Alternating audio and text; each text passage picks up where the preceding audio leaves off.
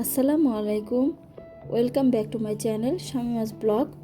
আজকের ব্লগে থাকছে ভ্যানিলা 1 পাউন্ড স্পঞ্জ কেক। তো সম্পূর্ণ ভিডিওটা না টেনে অবশ্যই দেখবেন। মন দিয়ে যদি দেখেন মনোযোগ সহকারে, অবশ্যই আপনারা নিজেরা বাসায় এরকম পারফেক্ট স্পঞ্জ কেক বানাতে পারবেন। তো আমি আজকে শুধু কেকের প্রস্তুত প্রণালী নয়, আপনাদের ডেকোরেশন করেও দেখাবো। ইনশাল্লাহ আপনারা বাসায় যদি ট্রাই করেন অবশ্যই পারবেন। তো আমি প্রথমে শুকনো উপকরণগুলো এক এক করে চেলে নিচ্ছি। প্রথমে আমি হাফ কাপ ময়দা দিয়েছি। 1 পাউন্ড কেকের জন্য 2টা ডিম আর হাফ কাপ ময়দা লাগবে।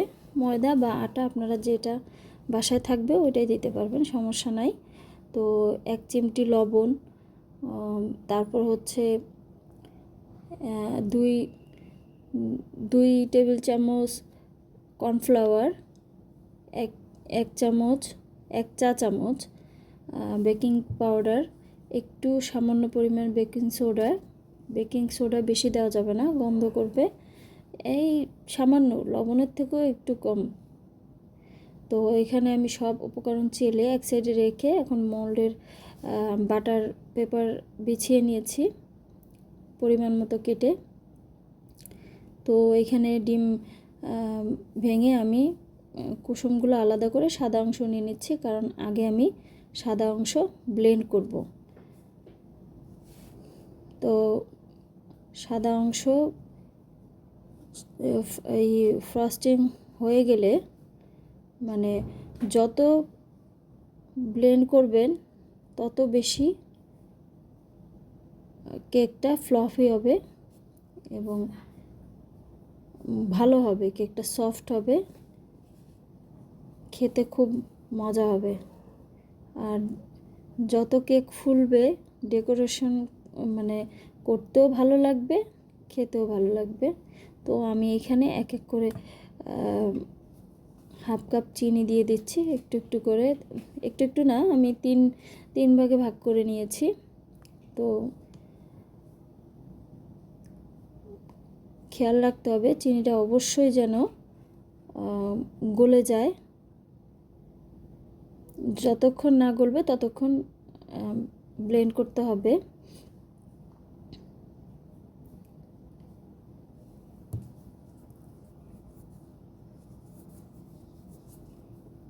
তো এটা ছিল আমার ডেলিভারি কেক। কালকে আসরের পরে কাস্টমার কেকটা নিতে আসবে। তো কাস্টমার বলছে যে আমার পছন্দ মতো ডিজাইন দিতে। তো এখানে আমি একটা কুসুম দিয়ে দিচ্ছি। আর আমার চিনি গলে গিয়েছে।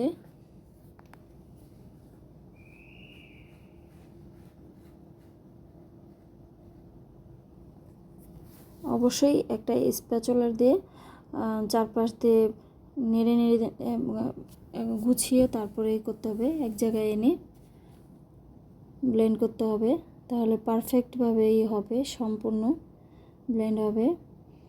আপনার ব্লেন্ডের উপরে নির্ভর করবে আপনার কেকটা কেমন হবে। তো আমি এখানে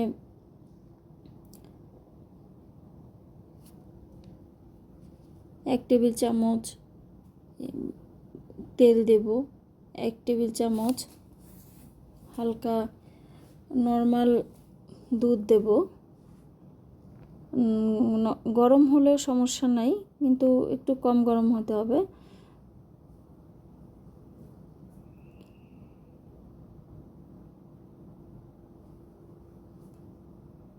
তবে দুধটা আগে থেকে যদি জাল দিয়ে ঠান্ডা করে নিয়ে যায় সবচেয়ে বেশি ভালো হয়। তো আমি এখানে একটু 1 কাপ পরিমাণ, সরি 1 কাপ না, আমি 1 চামচ পরিমাণ ভিনেগার দিয়ে দেব। ভ্যানিলা এসেন্স দিয়ে নিলাম।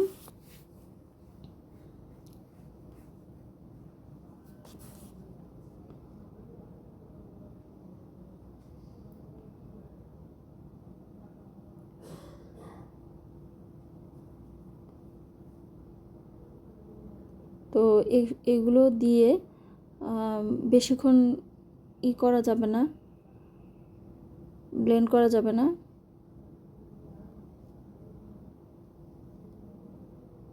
এই 10 সেকেন্ডের মতো ব্লেন্ড করতে হবে। তারপরে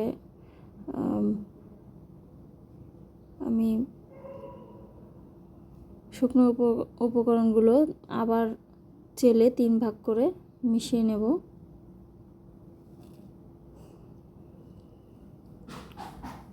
তো আপনাদের জন্য একটা সহজ একটা টিপস, যদি বেকিং সোডা দেন এবং ভিনেগার দেন তাহলে আপনাদের কেক কখনো চুপসে যাবে না। অনেকের কেকই চুপসে যায়, তারা জানে না যে কেন চুপসে যায়। এটা হচ্ছে চুপসে যাওয়ার মধ্যে একটা কারণ। আর দ্বিতীয় কারণ হচ্ছে যে ডিমের কেকের যে ব্যাটারটা আছে এটা অবশ্যই আলতো হাতে আলতো করে নাড়তে হবে, এক পাশে ঘুরিয়ে নাড়তে হবে, এলোমেলোভাবে নাড়া যাবে না। নাড়লে কখনোই আপনার কেক পারফেক্টভাবে ফুলবেও না, আবার ফুললেও সেটা ধপ করে বসে যাবে। তো এটা অবশ্যই খেয়াল রাখবেন। আর একটা কথা হচ্ছে যে যখন আপনি মোল্ডে কেকের ব্যাটারটা ঢালবেন সাথে সাথে দিতে হবে, ওভেনে দিতে হবে বা চুলায় দিতে হবে। আর অবশ্যই চুলায় দিলে 10 মিনিট আগের থেকে চুলাটা জ্বালিয়ে যে পাত্রে দেবেন সেই পাত্রটা গরম করে নিতে হবে। আর যদি ওভেনে দেন, ওভেনে 10 মিনিট প্রিহিটে 5 মিনিট বা 10 মিনিট প্রিহিটে দেবেন, তারপরে কেকের মোল্ডটা দিয়ে দেবেন। তো আমি এখানে মোল্ডে ঢেলে নিচ্ছি, তারপরে আস্তে আস্তে করে আমি ট্যাপ করে নেব।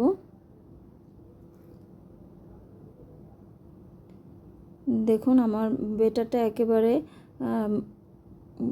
আছে, ফ্লপি আছে এখনও।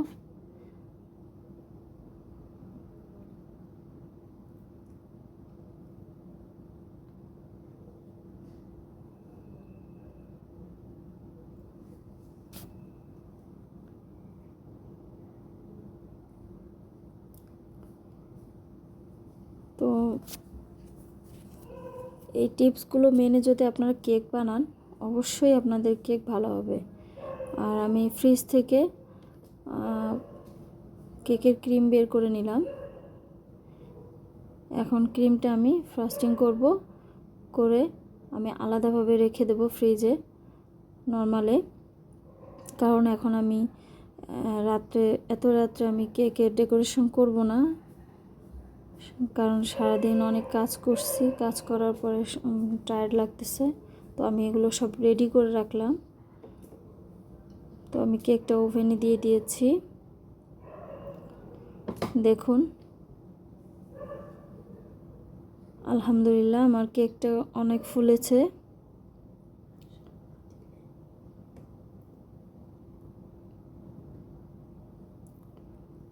তো পরের দিন কালকে সকালে আমি করব। তো চলে আসলাম কেক ডেকোরেশনের জন্য, কারণ আসরের পরেই কাস্টমার আসবে নিতে। ও আর একটা কথা আমি বলতে ভুলে গিয়েছিলাম যে আপনারা যখন ডিমটা করবেন, মানে ব্লেন্ড করবেন, তখন অবশ্যই আধা ঘন্টা আগে ডিমটা ফ্রিজ থেকে বের করে রাখবেন। তো আমি এখানে সুগার সিরাপ দিয়ে নিচ্ছি। দিয়ে এখন আমি ক্রিম, তো আরেকটা কথা বলি যে ক্রিমটা আমি ফ্রিজে রাখছিলাম, তো একটু হয়ে গিয়েছিল, একটু শক্ত হয়ে গেছিলো। পরে আমি ওইটাকে আবার স্প্যাচুলার দিয়েই একটু নেড়ে চেড়ে নিয়েছি ভালো করে। তো আগের মতোই হয়ে গেছে এখন। বা আপনারা চাইলে যদি বেশি শক্ত হয়ে যায় অবশ্যই একটা এই বেটার দিয়ে অবশ্যই ব্লেন্ড করে নেবেন।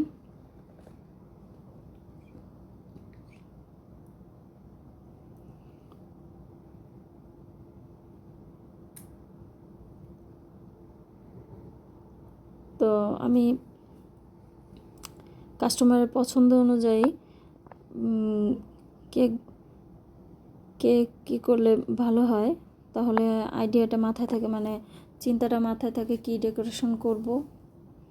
তো আমার মাথায় কোনো আসতেছে না ডেকোরেশন, যাই হোক একটা আইডিয়া আসছে। আমি বাস্কেট নোজেল আমার খুবই পছন্দ, যেহেতু বলছে আমার পছন্দ অনুযায়ী ডেকোরেশন করতে, তো আমি সেটাই করব। আসলে আমরা যারা কেকের বিজনেস হোক বা যে কোনো বিজনেস করি, তো আমাদের মাথায় একটা চিন্তাই থাকে যে কাস্টমারের পছন্দ অনুযায়ী করব।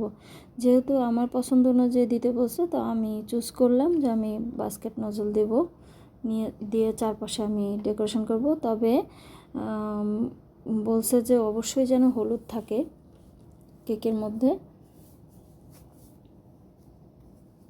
যে অর্ডার দিয়েছে সে তার বাবার বার্থডের জন্য কেকটা অর্ডার দিয়েছে।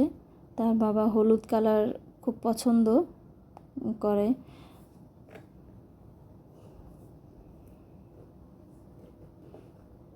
তো আমি ভাবছিলাম যে প্রচণ্ড গরম পড়ছে, যে কেকের ক্রিমটা কি গলে যাবে কি না। আলহামদুলিল্লাহ কেকের ক্রিমটা গলে নাই।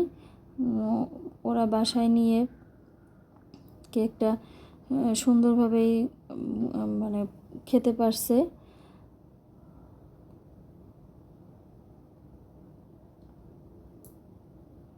আমি টেনশনে ছিলাম যে কেকের ক্রিমটা গলে যায় কি না, কারণ এর আগে আমি 2টা কেক ডেলিভারি দিয়েছিলাম, তো ওইটা একটু গলে গেছিলো কেকের ক্রিমটা। তো কাস্টমার একটু মানে কমপ্লেন দিছে আর কি।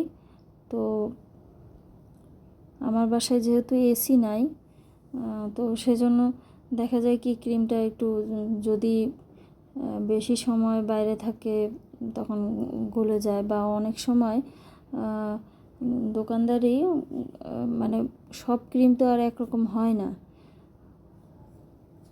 তো আমি সব সময় একটা ক্রিম দিয়েই কাজ করি।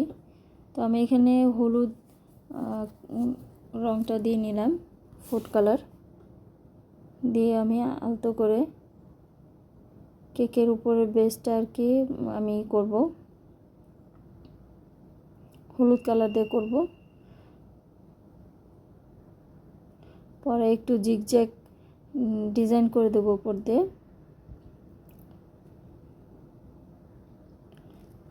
আলহামদুলিল্লাহ কেকটা কাস্টমার খেয়ে তারপরে ডেকোরেশনের জন্য অনেক খুশি হয়েছে।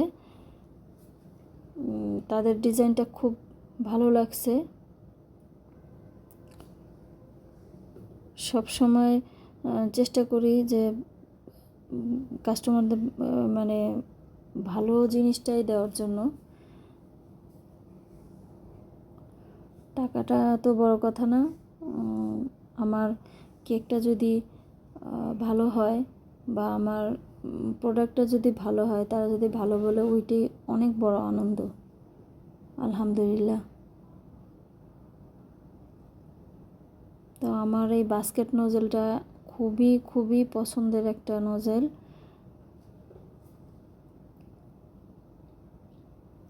আমার একটু হাত কাঁপতেছিল, কারণ একটু নার্ভাস লাগতেছিল যে আমি কি পারবো ওদের পছন্দ অনুযায়ী করতে, ওদের কি পছন্দ হবে আমার ডিজাইনটা। আমি এই টেনশনটাই করতেছিলাম। না, আলহামদুলিল্লাহ ওদের ডিজাইনটাও ভীষণ পছন্দ হয়েছে।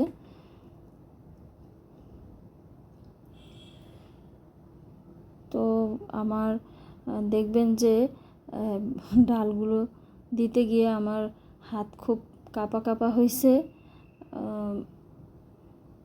তো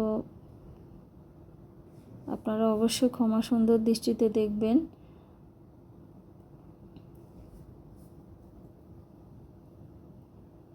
এই তো আস্তে আস্তে, আমিও অতটা ভালো এখনও পারি না, করতে করতে ঠিক হয়ে যাবে।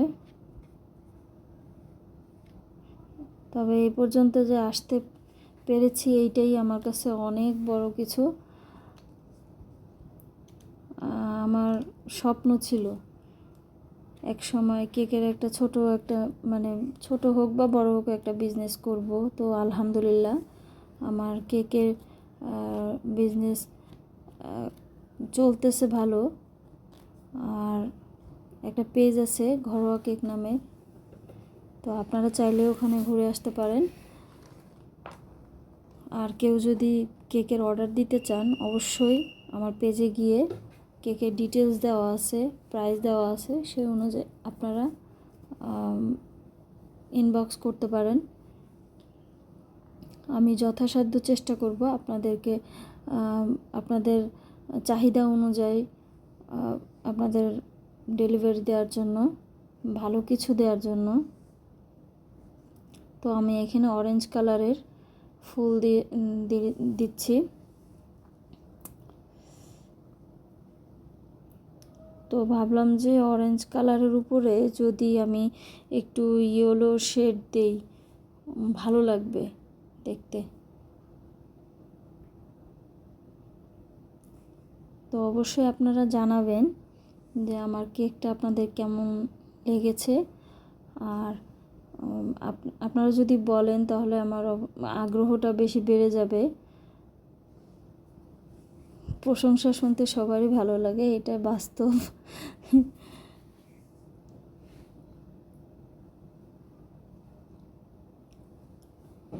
তো আমার ছোট মেয়ে চারপাশে ঘোরাঘুরি করতেছে, সে কেক খাবে।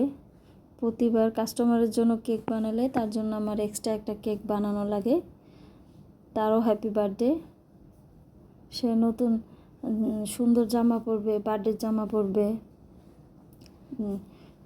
সে খুবই এক্সাইটেড থাকে।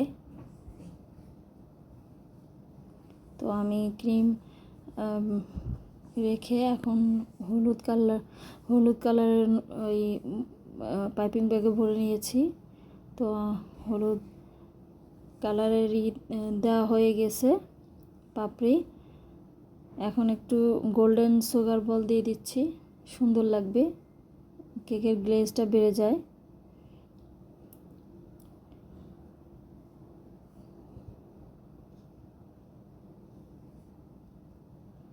তো আজকের ভিডিও দেখার পরে আপনাদের কার কী মতামত, কেমন লাগলো অবশ্যই জানাবেন। ভালো লাগলো না খারাপ লাগলো, আর যদি কোনো ভুল হয়ে থাকে শুধরে দেওয়ার জন্য আপনারা অবশ্যই কমেন্ট বক্সে জানাবেন। আমি চেষ্টা করব ভুল শুধরে নেওয়ার জন্য। দেখা যাবে যে আপনাদের অনেকের প্রশ্ন থাকতে পারে বিভিন্ন রকমের, অবশ্যই আমাকে প্রশ্ন করতে পারেন, কোনো সমস্যা নেই। মানুষ মাত্রই ভুল। এই তো দেখুন আমার কেকটা কমপ্লিট হয়ে গেছে। তো কেকের এই তো ফাইনাল লুক, কেমন লাগলো অবশ্যই জানাবেন। সবাই ভালো থাকবেন, সুস্থ থাকবেন। আমি এখন কেকের বক্সের মধ্যে কেকটা সেট করব, একেবারে ফ্রিজে রেখে দেব। কাস্টমার যখন আসবে তখনই আমি ডেলিভারি দেব। তো আল্লাহ হাফেজ।